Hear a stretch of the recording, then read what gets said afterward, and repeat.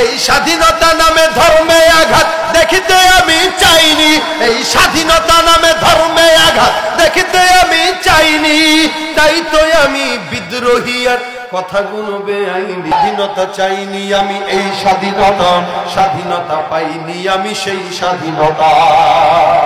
যাহা চেয়েছি তাহা পাইনি আমি, পেয়েছি যাহা চাইনি, যাহা চেয়েছি তাহা পাইনি আমি, পেয়েছি যাহা চাইনি, তাই তো আমি বিদ্রোহী আর কথাগুলো বেআইনি। স্বাধীনতা চাইনি আমি এই স্বাধীনতা, স্বাধীনতা পাইনি আমি সেই স্বাধীনতা। আজ স্বাধীনতা যেন মামার হাতে পান্তা ভাতার মোয়া, স্বাধীনতা যেন শহীদ মিনারে ফুলের মহড়া দেয়া, স্বাধীনতা যেন মামার হাতের পান্তা ভাতার মোয়া, স্বাধীনতা যেন শহীদ মিনারে ফুলের মহড়া দেয়া। এদিকে শহীদ মা জননী ব্যথায় কাতর বুকে, জীর্ণ শীর্ণ নিঃস্ব হয়ে মরছে ধুকে ধুকে। ওই শহীদ মায়ের করুণ কান্না দেখতে আমি চাইনি, তাই তো আমি বিদ্রোহী আর কথাগুলো বেআইনি। স্বাধীনতা চাইনি আমি এই স্বাধীনতা, স্বাধীনতা পাইনি আমি সেই স্বাধীনতা। আজ স্বাধীনতা যেন লিখনির নামে ধর্মকে দেয় গালি, শিক্ষার ঝুলি মাথায় নিয়েও বিবেক দিয়েছে বলি। স্বাধীনতা যেন লিখনির নামে ধর্মকে দেয় গালি, শিক্ষার ঝুলি মাথায় নিয়েও বিবেক দিয়েছে বলি। ইচ্ছে মতো আবল তাবল বকিছে ধর্মদ্রোহী, যাহা ইচ্ছা বলবে তাহা স্বাধীনতা এত নহি। ঠিক না? কয়দিন আগে আপনারা দেখেছেন টিভিতে, যমুনা টিভি, শেখুল হাদিস আল্লামা আজিজুল হক রহমতুল্লাহ আলাইহির নামে জঙ্গিবাদের অপবাদ দিয়েছে। মন চাইছে দিয়ে দিছে, মন চাইছে দিয়ে দিছে। এটার নাম স্বাধীনতা না, এটা মুসলমানদের ইমানের স্বাধীনতার উপরে হরণ করা হয়। জোরে বলেন ঠিক কিনা? স্বাধীনতা নামে লিখনির নামে ধর্মকে দেয় গালি, শিক্ষার ঝুলি মাথায় দি। এই স্বাধীনতা নামে ধর্মে আঘাত দেখিতে আমি চাইনি, এই স্বাধীনতা নামে ধর্মে আঘাত দেখিতে আমি চাইনি, তাই তো আমি বিদ্রোহী আর কথাগুলো বেআইনি। স্বাধীনতা চাইনি আমি এই স্বাধীনতা, স্বাধীনতা পাইনি আমি সেই স্বাধীনতা। স্বাধীনতা চাইনি আমি এই স্বাধীনতা, স্বাধীনতা পাইনি আমি সেই স্বাধীনতা। স্বাধীনতা নামে এফডিসি নামে অশ্লীলতার আসর, স্বাধীনতা হলো মিডিয়াগুলো যৌন জ্বরে কাতর। সবগুলো মিডিয়া দেখবেন, এগুলোর জ্বর হয়েছে কিসের জ্বর জানেন? যৌনতার জ্বর, যৌনতা। এরা টিভি আর মিডিয়ার মাধ্যমে যুব সমাজদেরকে যৌনতার উস্কানি দেয়। কথা বলেন ঠিক কিনা? মিডিয়াগুলো আজকে যৌনতার শিক্ষা দেয়, কিভাবে ধর্ষণ করতে হবে সেই শিক্ষা দেয়, কিভাবে চুরি করতে হবে, ধর্ষণ করা যাবে, সুদ খাওয়া যাবে, দুর্নীতি করা যাবে, বাটপারি করা যাবে, এই শিক্ষা ছাড়া মিডিয়ায় আর ভালো কোনো শিক্ষা নাই। স্বাধীনতা মানে এফডিসি নামে অশ্লীলতার আসর, স্বাধীনতা মানে মিডিয়াগুলো যৌন জ্বরে কাতর। এদিকে শহীদ মা জননী ব্যথায় কাতর বুকে, জীর্ণ শীর্ণ নিঃস্ব হয়ে মরছে ধুকে ধুকে। এই স্বাধীনতা নামে ধর্মে আঘাত দেখিতে আমি চাইনি, তাই তো আমি বিদ্রোহী আর কথাগুলো বেআইনি। স্বাধীনতা চাইনি আমি এই স্বাধীনতা, স্বাধীনতা পাইনি আমি সেই স্বাধীনতা। ঠিক কিনা বলেন? ইমানের স্বাধীনতা লাগবে, কি বলেন ঠিক না? এই যুবকদেরকে বলি, বিজয় দিবস আসলে কোনো উলঙ্গপনা করবো না, কোনো বেহায়াপনা করবো না। এই এলাকার যুবকরা নিয়ত করবেন ইনশাআল্লাহ যে যেভাবে চলুক, এটা বিজয়ের মাস চলতেছে, এটা আমাদের জন্য স্মরণীয় একটি মাস, আমাদের জন্য একটি কি বলবো মহান মাস।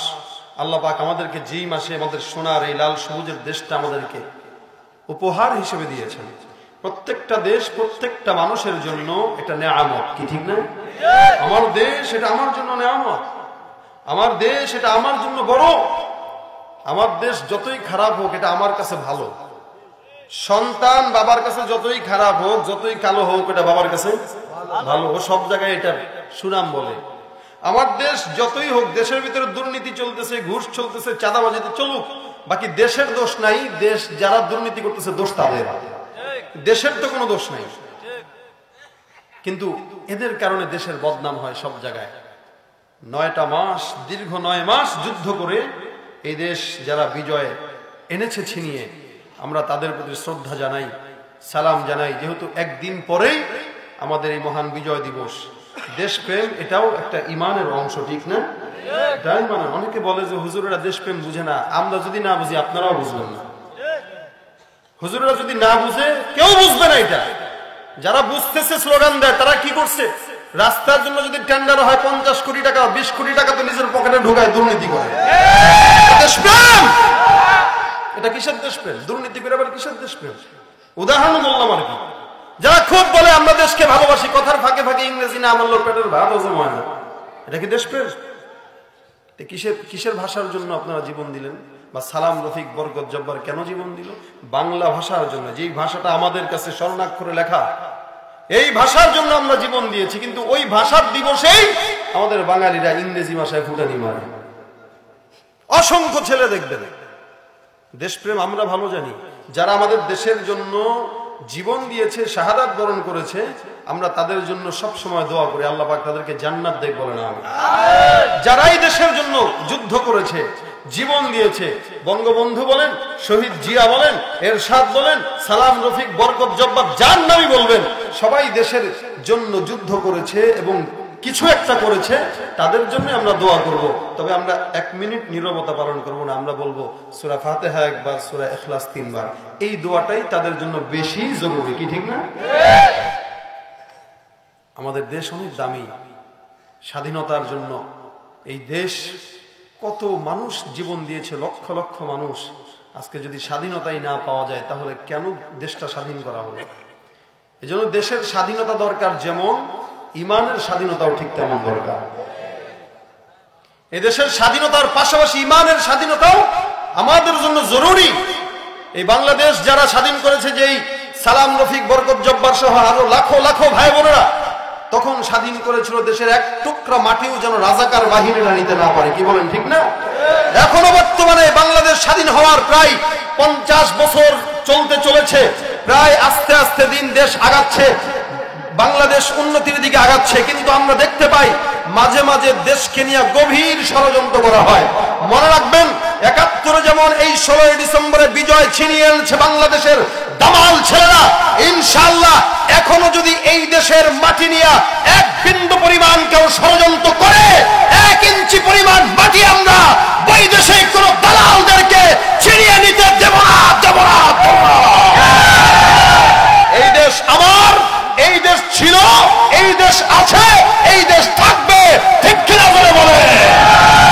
বাংলাদেশ নিয়ে আমরা গর্ব করি, কি বলেন ঠিক কিনা? এই দেশকে নিয়ে যদি কেউ কটূক্তি করে, এই দেশকে নিয়ে যদি কেউ চক্রান্ত করে, তাদের চক্রান্ত সফল হতে দেওয়া হবে না, ইনশাআল্লাহ। আল্লাহ পাক আমাদেরকে কবুল করুন, বলেন আমিন। দেশপ্রেম এটা আমাদের ইমানের অঙ্গ। কিসের অঙ্গ? আমরা এই কারণেই সালাম, রফিক, বরকত, জব্বার সহ যারাই দেশের জন্য জীবন দিয়েছে, তাদেরকে আমরা সালাম জানাই, তাদেরকে আমরা শ্রদ্ধা জানাই। আল্লাহ পাক রব্বুল আলামিন এখান থেকে যেন এই সওয়াবগুলো তাদের কবরে পৌঁছায় দেয়, বলেন আমিন। সালাম সালাম হাজার সালাম। আপনারা ফতোয়া দিবেন নি? ফতোয়া তো আমাদের চাইতে আপনারাই ভালো করেন। চায়ের দোকানে বসে, মুসির দোকানে বসে মুসির জুতা সিলাই করে আবার ফতোয়াও দেয়, ঠিক না? ফতোয়া দেনে ওলার লোক অভাব নাই। হুজুর মাহফিলে এসে গান গেয়ে গেছে, রে গুনাহ কাজ করছে, মিউজিক আছে, গানের কথাগুলো খারাপ। এটা শুনে শুনে কিন্তু যুদ্ধের সময় মানুষ প্রেরণা পেয়েছিল, পরবর্তীতে এগুলো শুনে শুনেই প্রেরণা পেয়েছিল। এগুলো গাওয়া খারাপ না। দেশ নিয়ে সাহাবা একরামরাও গাইতেন, দেশ নিয়ে, ইমান নিয়ে সাহাবা একরামরা গাইতেন। আর পাশ থেকে মুক্তিযোদ্ধা যারা ছিল, যারা যুদ্ধ করতো কাফেরদের সাথে, তারা এটা শোনার পরে তাদের জজবা বেড়ে যেত, কি ঠিক না? আমরা গাবো একটু, আমাদের দেশের জন্যই তো আমরা গাবো। যারা বলে আমরা মানে আমাদের দেশপ্রেম নাই, আমরা দেখাই দিতে চাই, দেখ আমাদের দিলের ভিতরেও দেশপ্রেম আছে। দেশের জন্য যারা জীবন দিয়েছে, তাদের জন্য আমাদের দিলে মহব্বত আছে, কি বলেন ঠিক না? আমরা পারি না? অসংখ্য পারি। এইটাই আমি গতকালকে আমাদের রেকর্ড হয়েছে কলরবের হোলি টিউনে সার্চ দিলে ইনশাআল্লাহ বিজয় দিবসের আগের দিন পেয়ে যাবে। তো এইগুলো গাওয়া আমাদের দিলের ভিতরে আলাদা একটা প্রেরণা যোগায়, ঠিক না? এনে মুরব্বী যারা আছেন এরা এটা শোনার পর একটু হারায় গেছে অন্য জায়গায়, কি ঠিক কিনা? অন্য জায়গায় হারায় গেছে। আমার বাবাও মাঝে মাঝে দেখি গুনগুন করে গায়, ওরা একটি ফুলকে বাঁচাবো বলে যুদ্ধ করি। আমরা তো এগুলো শুনিনি, আমরা ছোটকালে এমনি শুনছি, বাকি ওনারা তো তখন জায়গায় থেকে শুনছি। আমার বাবাও তো একজন মোটামুটি ছোটখাটো গ্রাম অঞ্চলের মুক্তিযোদ্ধা, সরকারি অফিসার, সচিবালয়ে চাকরি করছে, মোটামুটি 1 বছর রিটায়ার করছে। তা আমাদেরকে আমার আব্বা বলতেন মাঝে মাঝে, এগুলো গাও, এটা ভালো লাগে এগুলো গাইলে। তো এটা হচ্ছে মানুষের এটা দেশের প্রতি মহব্বত, দেশের প্রতি মহব্বত আমাদের আছে। তবে আমরা মহব্বত নিয়েই বলতে চাই, যারা দেশকে মহব্বতের নামে দেশের বদনাম করবে, দুর্নীতি করবে, দেশের মান ক্ষুণ্ণ করবে, আমরা তাদের বিপক্ষে আন্দোলন করবো ইনশাআল্লাহ। কি বলেন ঠিক কিনা? দেশপ্রেম এটা ইমানের একটা আলাদা জিনিস। আল্লাহ পাক আমাদের ভিতরে দেশপ্রেম ঢোকায় দেখ, দুর্নীতিবাজ গুলোরে আল্লাহ সাইজ করে দেখ, হেদায়েত দেখ, আগে দোয়া করি। যারা বলেন আমিন। এই যে কত দুর্নীতি চতুর্দিকে, জোচ্চুরি, দুর্নীতি, খুনাখুনি, আহাজানি, রাহাজানি, যত কিছু আছে, এটা দেশের ইজ্জত বাঁচায় না নষ্ট করে? এগুলোর বিপক্ষে বলাটাও একটা দেশপ্রেম, কি ঠিক না? এটার বিপক্ষে বললে যদি কেউ বলে রাজনৈতিক কথা বলতেছে, তাহলে ও হলো রাজাকার। আমরা তো হুজুর বলে আমাদেরকে অনেকে রাজাকার বলে, তাহলে যারা দেশের বদনাম করতেছে তারা কি? এজন্য আমাদের সবার বিপক্ষে না, যারা শুধু দেশের বদনাম করবে তাদের জন্য আমাদের আন্দোলন, আমাদের হক কথা এটা বলবো ইনশাআল্লাহ। ইনশাআল্লাহ ভাইরা খুব বুঝবেন, এখানে যে যুব সমাজরা মাহফিলের আয়োজন করেছেন, এজন্যই বলছিলাম যুবকরা ভালো তো সমাজ ভালো, যুবকরা খারাপ তো সমাজ খারাপ।